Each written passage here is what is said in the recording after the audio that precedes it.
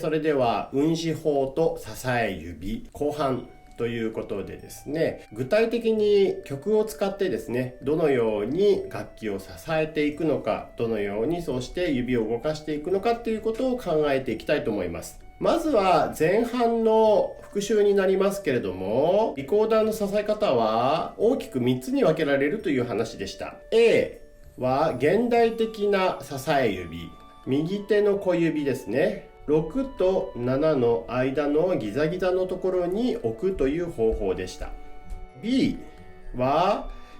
今度は左手の中指2番を使った支え指、3番目はその他の方法というふうになるんですけれども、それはケースバイケースですので、曲の中でですね説明していきたいと思います。で、もう一つ大事な部分ですけれども、A の現代的支え指がとても苦手とする音がありました。特に下の方と上の方になるんですけれども、下の方は一番下のファの音、次ファのシャープ、あとソのシャープとシのフラット。ここで主に大事になってくるのはシのフラットと下のファになるんですけれども、それとあとは高い方の指で音程の調整などに使われる可能性がある上のミのフラットですね。7ちょっと端っこにつけたりとかしますね。で、あとは上の高いソになりますね。ハーフ0、1、3、4、例えば4、6、7とかっていう場合もあるんですけれども、その場合に7を使うと。でもこちらはオプションですので、音程などの関係になりますので、主に一番下のファとシのフラット、苦手となります。で、今度はですね、左手の中指なんですけれども、ここがポイントですね。真ん中のミの音、01のミの音、もしくはミのフラットの音、0134、もしくは01356ですね。この音、ミと名の付くものはアウトということになりますね。で、それとあとはですね、上のファの音、高いファの音ですね。高いソの音もそうですね。ハーフ0、1、3、4、6、7とかもそうかもしれませんね。で、あとは、ダブルハイ C ですね。ハーフ0、1、4、ピブーの P でしたね。この音なんかもこの2の指が外れるので、B のやり方でやる場合は要注意ということになります。で、支えのポイントはですね、非常に大事なところなんですが、今、この音はどの支え方でやっているのか、曖昧なところを必ず出さないということがポイントです。例えばこの2の指3の指でも何でもいいんですけれども、この辺で支えるというふうな命令と上げなさい、動かしなさいというような命令というのは矛盾するわけです。で、そういう矛盾する命令をした途端にですね、指は動かなくなります。リコーダーは指がとても難しいんでしたね。ですので、支える指と動かす指、この明確な分担というのがリコーダーの運指のキーポイントになるということを皆さんよく頭に入れておいてください。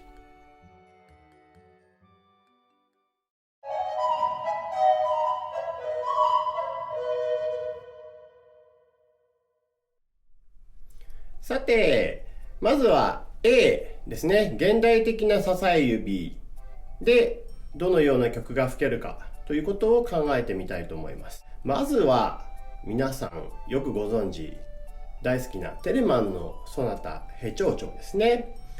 こちらの作品一番初め、もうとても有名ですね。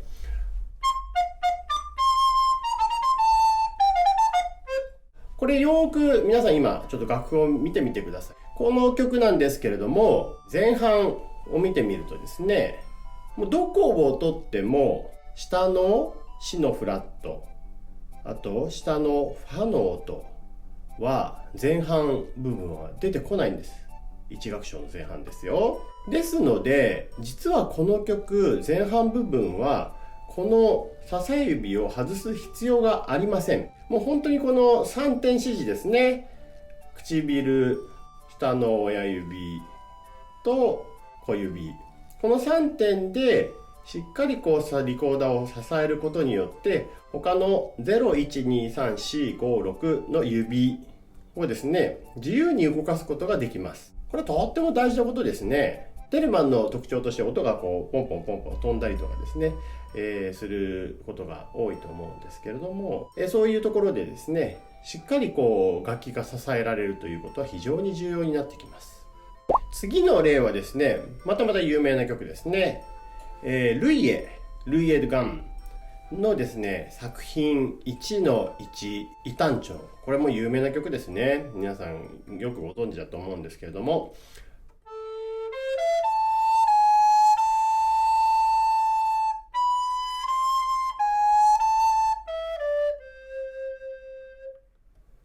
こんな物悲しい始まりで始まる曲ですけれども、この曲はですね、4楽章を通して現代的な支え指のネックとなるシのフラットや下のファの音はですね、実は4楽章に2回しか出てこないんです。ということはですよ、少なくとも3楽章までは小指を外して演奏する必要がありません。皆さんよく楽譜を見てみてください。どんなようになっているのか。その下のファの音、下のシのフラットの音、これがなければ基本的にはもうこの現代的な支え指で十分です。ということで、それに気をつけてやってみるということができます。で、もう一つですね、3番目の例は有名なヘンデルの波長調の曲がありますね。ヘンデルのリコーダーソナタ、これもまた有名ですね。こちらの1楽章を見てみるとですね、やはりこちらも下のシのフラットや下のファは出てきません。ですので、ずっとこの支え指を外さずにできます。で、1点だけちょっと注意が必要なんですけれども、これは初心者や中級者ぐらいまで十分に言えると思うんですけれども、真ん中のドのシャープの音がこのヘンデルのソナタの1楽章には出てきます。で、こちらをですね、もちろ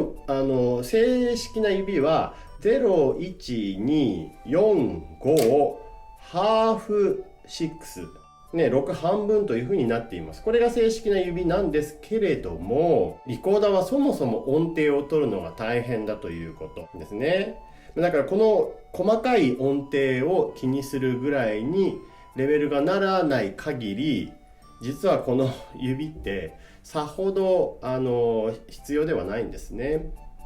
もちろん正しい音程を取るためには必要だと思うんですけれども、それと同時にですね、リコーダーの曲でこのドのシャープが出てくる、これは現代曲ではなく、古楽の範囲に限って言いますけれども、その場合はですね、ドのシャープはだいたい異長調の第3音で出てくることが多いです。第3音はですね、綺麗に音程を取るためには少し低めの方が純正に近くなりますので、響きとしては悪くないんですね。それを考えた上で、この指の半分の動き、もしくはこの動きですね、この動きをするというデメリットと音程のデメリット、この辺を天秤に乗せてみたときにですね、比べたらやはりですね、指の動きのことが最重要になってきます。しばらくはですね、01245で、演奏するということを試してみてください。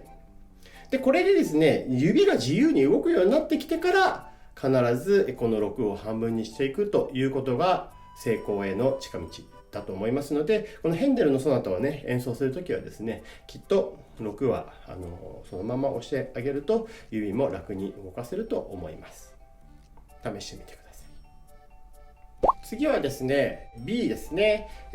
左手の中指2の指を使ったリコーダーの支え方を勉強していきたいと思います。まずはじめはですね、テレマンの無伴奏ファンタジーがありますね。フルートのための無伴奏ファンタジーですけれども、それの8番ですね。これはですね、元は、補単調なんですけれども、リコーダーの場合はだいたい単3度上げの、ト単調で演奏されます。一番初めの部分、見ていただくと、下のシのフラットが出てきてですね、でしかも音が飛ぶので、意外にゆっくりでも難しいんですね。で、そういう場合どうするかというと、よく見ていただくと、初めの2小節ですね。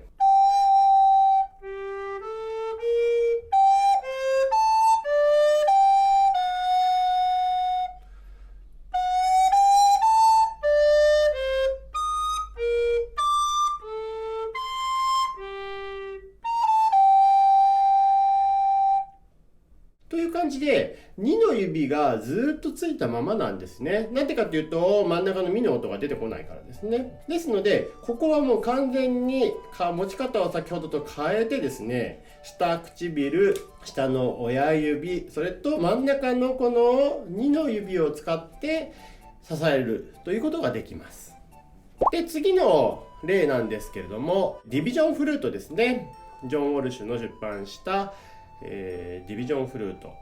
1706年に出版されてますね、ロンドンでね。その中に、有名なグリーンスリーブスの変奏曲とかもいろいろあるわけですけども、その中の一曲、ファリネッリのグラウンドがありますね。これ、フォリアになってるわけですけれども、この曲の途中ですね、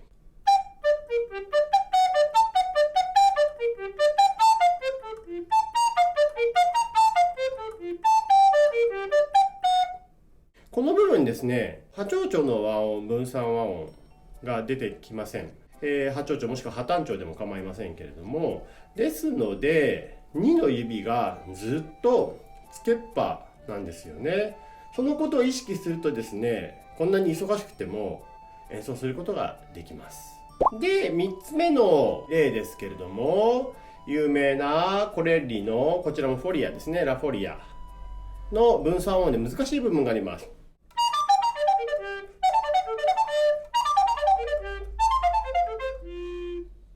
このフォリアのこの部分ですけれども、この部分もですね、やはり、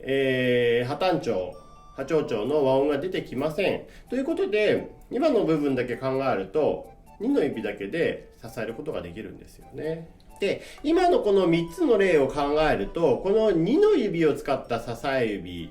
方、何に強いかというと、分散和音に強いということがわかります。それに対してこの7を使った指というのは何に強いかというと、このまずい音はですね、下の方の音と上の方の音になりますので、真ん中がカバーできてるんですよね。ということで、もうちょっと音階やメロディックなものに向いているということですね。ということでですね、どちらで主流にしても問題はないんですけれども、支える方法の考え方として、できるだけ支え方を変えないというのが基本ですので、いっぱい変えるとですね、頭の中の処理が大変ですので、私は基本的にこの7の支え指を初めの基本として推奨します。次はですね、C のやり方ですね。その他のやり方について、ここからが応用になってきますね。様々な例外や、あとは組み合わせたりとかしなきゃいけない。それが普通なんですけれども、どういうふうに実際考えていけばいいのかっていうことですね。を考えてみたいと思います。まずはですね、フレの1番目ですね。この6を使った昔の支え指ですね。17世紀の本に書いてあった昔の支え指6を使ってやる方法があります。例えばこの2番目の例もそうですね。セントポール大聖堂の聖堂、ディビジョンフルートの中に入っている曲ですけれども、これはですね、一つ考えなきゃいけないことは、ミのフラット S の音をどう取るかっていうのでちょっと変わってくるんですが、01356、この指で取る場合は全部6の指、昔の支え指でいけます。こういう感じです。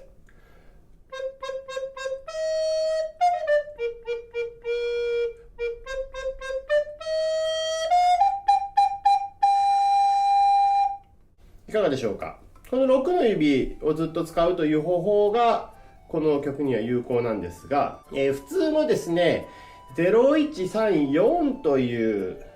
この指でやりたい場合は、この6の支え指でもなく、7の、ここの支え指でもなく、7を押さえっぱなしという方法もあります。こんな感じです。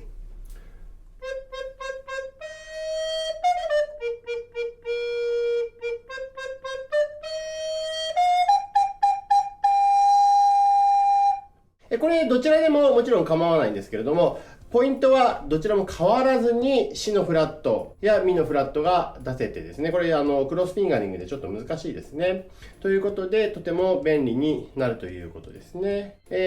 ここのところは基本的に音にはあまり影響しない指をわざわざ足して、それを支え指として使うというのがポイントになります。ちなみに、このミのフラットの音ですね。ものの本には0134がよく推奨されていますが、私の師、ケース・ブッケ先生なんかはですね、01356をとても勧めています。理由は簡単で、このミのフラットが関係してくるとですね、左手のクロスフィンガリングですね、1、3から2、2から1、3、もしくは1、2から1、3というこの動きが出てくるんですけれども、これはとても難しい指になりますね。で、この指と、4の指が入ってくるとですね、もちろんこの左手と右手は違う手なんですけれども、頭の処理として3と4が近いとですね、頭の中で錯覚を起こすんです。なので、この3と4というこの指の交換も違うクロスフィンガリングとして認識されがちなんですね。そうするとすごく大変で、こちらだけでも大変なのに、こっちが入ってきて余計に、やりづらくなるんです。ですので、面白いのには013で、この4の代わりに56を使うと、頭の中の処理として、これ全然別になってくるんですね。そうするとですね、こちらの左手だけに集中できますので、クロスフィンガリングがやりやすくなるという、もうこれも完全に脳の処理の問題ですね。そういうことがありますので、腸によってちょっといろいろね、使い勝手が良かったり悪かったりということはあるんですけれども、基本的にこの01356なんかを使うと、とてもいいのかもしれませんね。次に、有名なバッハのブランデンブルグコンチェルト協奏曲ですね。それのセカンドリコーダーのフレーズになります。ね。341小節目の、ところですね。これ1楽章になるんですけれども、ここハーモール、ロ単調になりますので、とても難しいです。なんでかっていうと、アイスの指が出てくるんですね。チスの指とアイスの指が出てきますので、これでとても難しくなります。で、ここで見てみると、この部分ですね。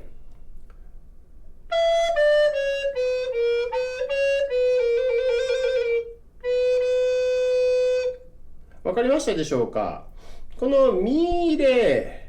のところ、ですね。そこに6という指を使うと、実はずっと6を押さえっぱなしでできるんです。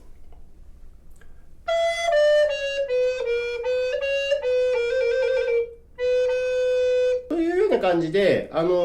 によってはこのように昔の支え指がとても有効な場合があります。例えば、A のやり方でやろうとすると、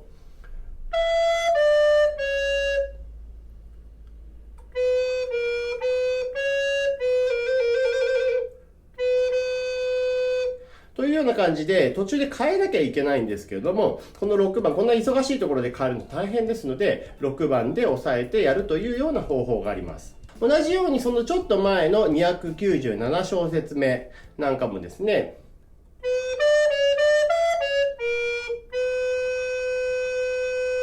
この部分もアイスが出てきますが、6を使って支えることができると。で、この先は変えていかなきゃいけないんですが、とりあえず今6の話をしたいので、ここで、止めておきます。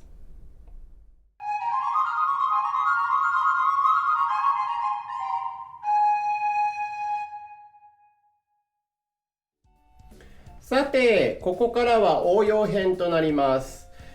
様々な実践的な、支え方、バランスの、取り方ですね、をどうするかということを考えてみたいと思います。ちょっとここから難しいので、丁寧に、練習していけるといいかなと思います。さて、一番初めの例はですね、何かと言いますと、先ほどのディビジョンフルートがありましたが、それの、ファリネッリのグラウンドですね、フォリアです。で、これ難しい場所になるんですけれども、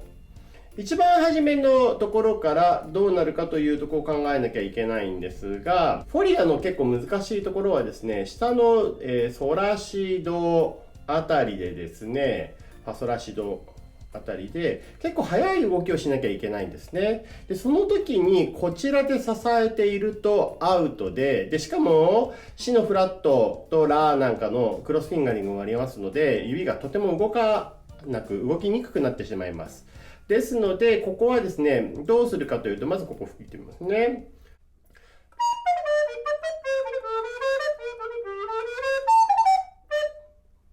ここなんですが、どうするかというと、問題はですね、ミのフラットやシのフラットが連続してきます。で、この場合はですね、どうするかというと、初めの小節の2拍目から3小節目の3拍目の表まで、この辺を注意してみると、ずっとですね、ミより下になってます。正確にはミのフラットよりも下なんですけれども、ここで一つ考えてほしいのはですね、ミよりも下ということは、01が動かないんです。これわかんない方はですね、全部例えば指番号を振っていただけると、明確にどの番号がずっと残っていて、どの番号が離れていく、ないところがあるのかっていうことがよくわかると思うんですね。で、ここの部分全部振っていただくと、今の部分がこの01が残っていることがわかります。ですので、この部分、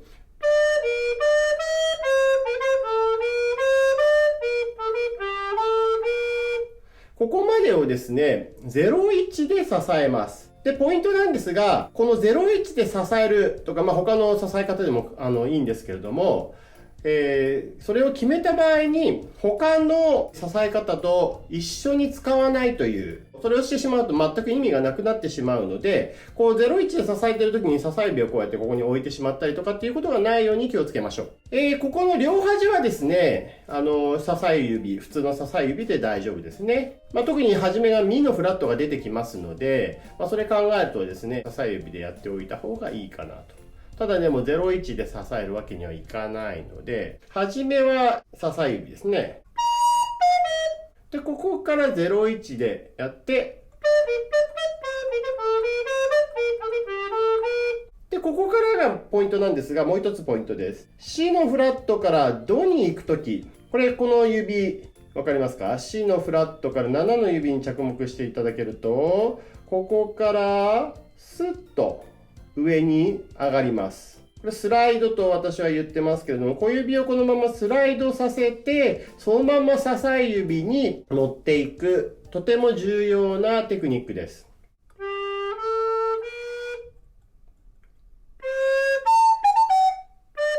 このスライド、特にオクターブで C とかですね、やるときなんかに結構使えますね。ファー、ドとかですね。結構使えますので、このスライドという方法もですね、ぜひ覚えていただきたいポイントになります。で、ここでですね、この切り替えの練習をどうするかと、今頭で分かりましたね。どこからどこまでっていうのは分かったと思うんですが、これ実際にやるとなかなかそれをやることは難しいです。これの練習方法をいきたいと思います。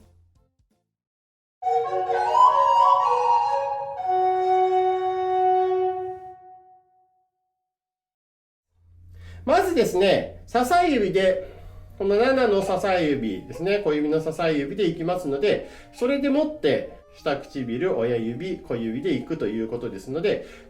それ以外の指というのは自由になっているはずです。自由になっていることを確認するために、全部穴の上で動かします。ここで指の動かし方が、こういう感じで、なんかイソギンチャクのようにならずに、もういつも動かす、根元からしっかり動かす。このやり方。で、しかも後ろも忘れないでくださいね。これで、動かすという。で、自由な指と支える指を確認します。それから始めますね。で、ここから01に変えますので、今度は支え指が外れて、01と親指が支えるポイントになります。ですので、2、3、4、5、6、7、この指が自由になりますので、これをパタパタします。それをしてから先に進みます。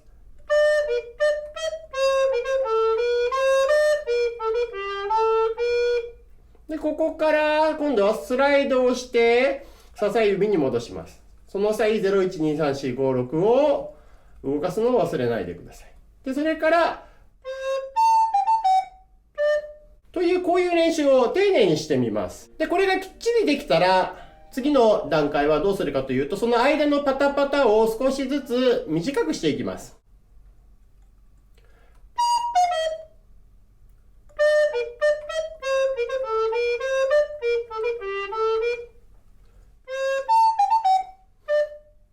もっと短く。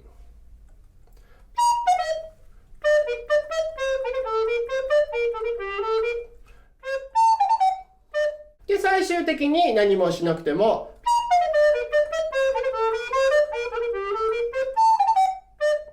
というふうに変えられるというような形を目指していきます。で、この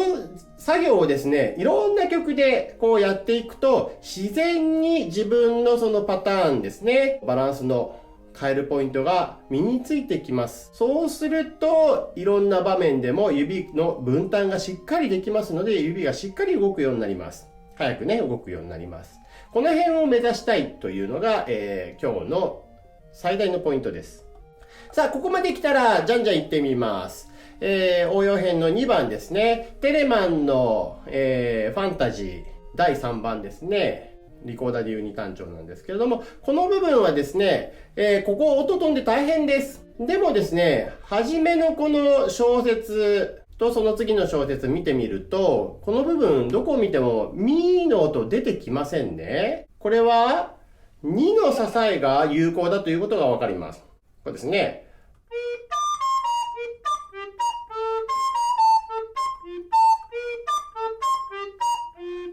で、この後に、ミがありますので、支え指に戻します。そのためには、ファからラの時に、先ほどのスライドを使っていきます。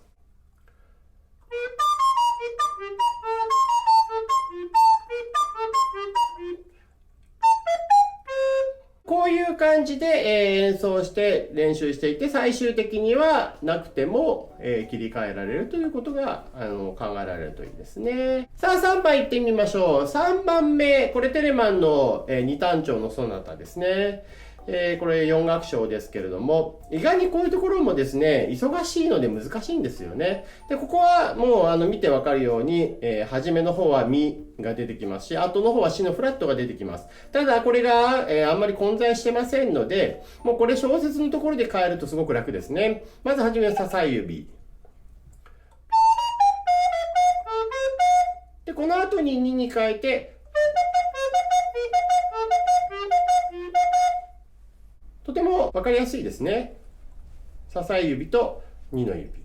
でもこういうところをですね、丁寧に明確に線引きをしておくということが、指を正確に早く動かす秘訣になります。さあ、4番目。コレッリのフォリア。皆さん大好きですけど、なかなか難しいですね、この曲ね。この曲をより正確に吹くためのコツですね。ここのバリエーションとても難しいです。ただですね、先ほど出てきたように、ほとんど2で支えられるんですけれども、支えられないとこがいくつかあってですね、この一つがですね、この上のファが出てくるときに2が外れてしまうんですね。これも結構大事なポイントです。ここをですね、やるために、4小節目と5小節目の間で、2の支えから支え指ですね。モダンの支え指に変えていきます。で、その後またすぐシのフラットが、下のシのフラットが出てきますので、元に戻すという。この4つ、16分音符4つを使って、その後はまた2に戻すという、そういう作業になります。練習いってみましょう。2、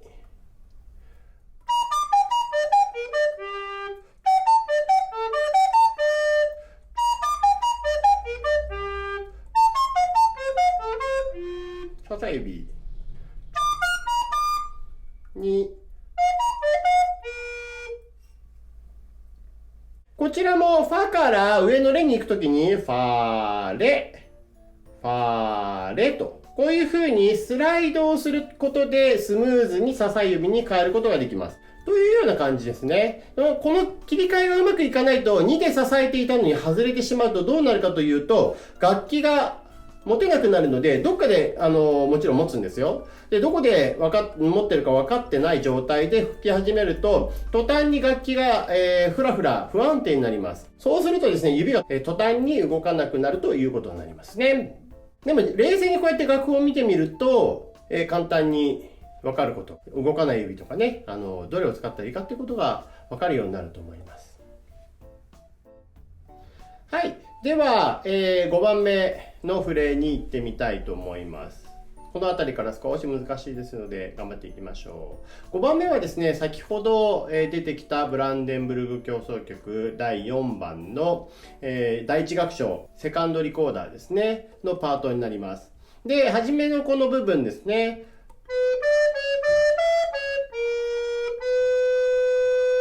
この部分は6で良かったという話でした。で、ここからですね、01で行くというのがいいのではないでしょうか。ミが出てきますからね。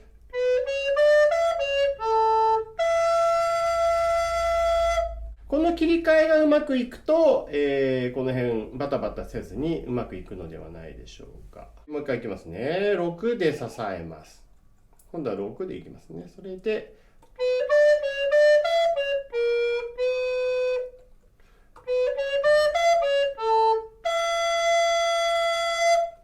となります。ちゃんと整理するとね、そんなんでもないんですが、6で、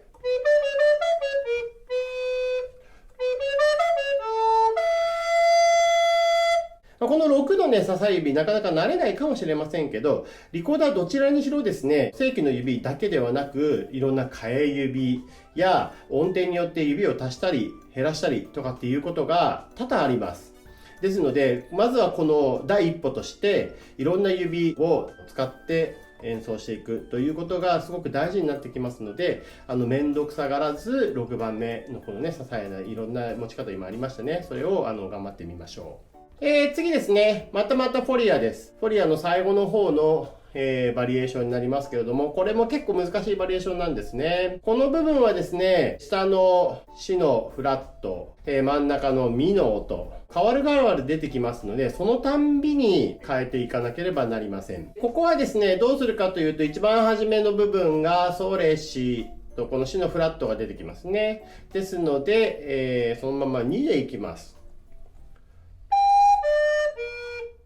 で、その後すぐにミが出てきますので、これをスライドしてソに行きます。これ支え指ですね。で、ここからまた2に戻ります。なんでかというとまたシのフラットが出てくるからですね。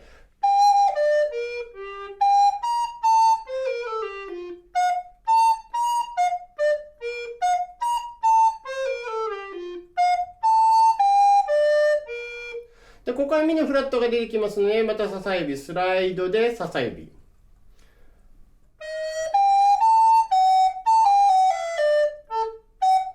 となります。これは1回、2回、3回。その次、また2に行かなきゃいけないので4回ですね。これだけ変わんなきゃいけないので、とても大変です。でもこれも丁寧に練習することがとても大事になってきますね。練習の仕方は先ほどまでやってきた通りですので、割愛したいと思います。さて、本日最後の課題となりますが、有名なヘンデルのリコーダーソナタ、ヘ長調の、第2楽章ですね、の後半部分。本当最後の方になるんですけれども、ここの部分ですね、もちろんこのリコーダーソナタ、皆さんよくお弾きになると思うんですけれども、結構難しい場面なんですね。楽譜を読んでいただきますとお分かりになると思うんですが、ファーミ、このミのナチュラル、ミファレシのフラット、ラシソソファソミのナチュラル、ドシドラシのフラットですね。ラソラファレドレシ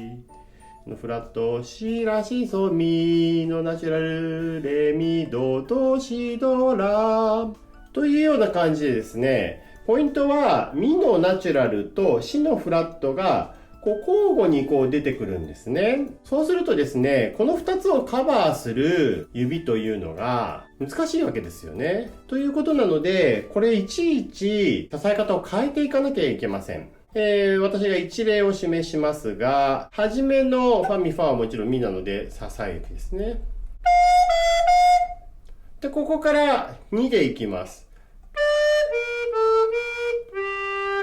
で、例えばこのシからソのところで、こうスライドで支え指に戻しますね。次、支え指。で、その次にまた行きますが、今度は2ではなくミから始まりますので、01から行きます。01で支える。で、ここから、ラ、支え指。で、この後シのフラットが出てきますので、また2に戻します。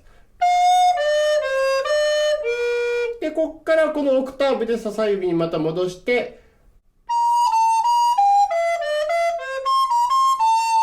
ここから先は支え指でいけるんですよね。ということですので、ここいちいち今のポイントですね。1回、2回、3回、4回、5回、6回。この短い間に6回も変えなきゃいけません。ということでですね、ここも丁寧にしっかりこの切り替えのポイントですね、にパタパタを入れて練習していくっていうことをお勧めしたいと思います。さて、第2回目、運指と支え指の、まとめになります。一つ目はですね、手の形の方ですね。手の形。手の形は、なるべく自然な形、状態を保つということですね。指は、できるだけリコーダーに垂直に、そして根元から動かすことを心がけてみましょう。3つ目、穴は必ずしも指の腹で押さえなくてもいい時もあるということですね。で、あとはもう一つは後半のバランスの部分です。リコーダーの支え方は大きく分けて3種類ありました。A、右手の小指を6と7の穴の間に置く現代の支え指。こちらはメロディーや音階にとても強いという、特徴がありました。B、左手の中指2の、支えですね。こちらは音が飛ぶアルペジオに強い場合が多いということでした。3番目 C がその他、ね、昔の支え指6の支えですね。や01、空いてる指ですね。動かない指を使った支え指など、支える方法ですね。やり方などいろいろあって、この辺の A、B、C をしっかり組み合わせるということでした。ポイントはですね、演奏するどの部分も必ずどれかで明確に支えているということを忘れないようにしましょう。2つ目、1つの方法を使用しているときは、他の方法を混同して使わないように心がけてください。3つ目、支え方に答えはありません。明確であれば絶対大丈夫です。曖昧な部分を作らないということが大事ですので、あとは自分のやりやすい方法を見つけ出すといいと思います。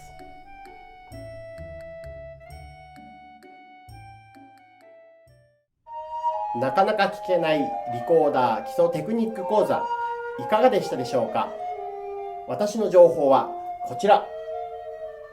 LINE アット公式アカウント、魂のリコーダー奏者変母陽一にて最新の情報をお届けしています。ぜひご登録ください。また Twitter や Instagram もありますのでご覧いただければと思います。それではなかなか聞けないリコーダー基礎テクニック講座でまたお会いしましょう。アディオース。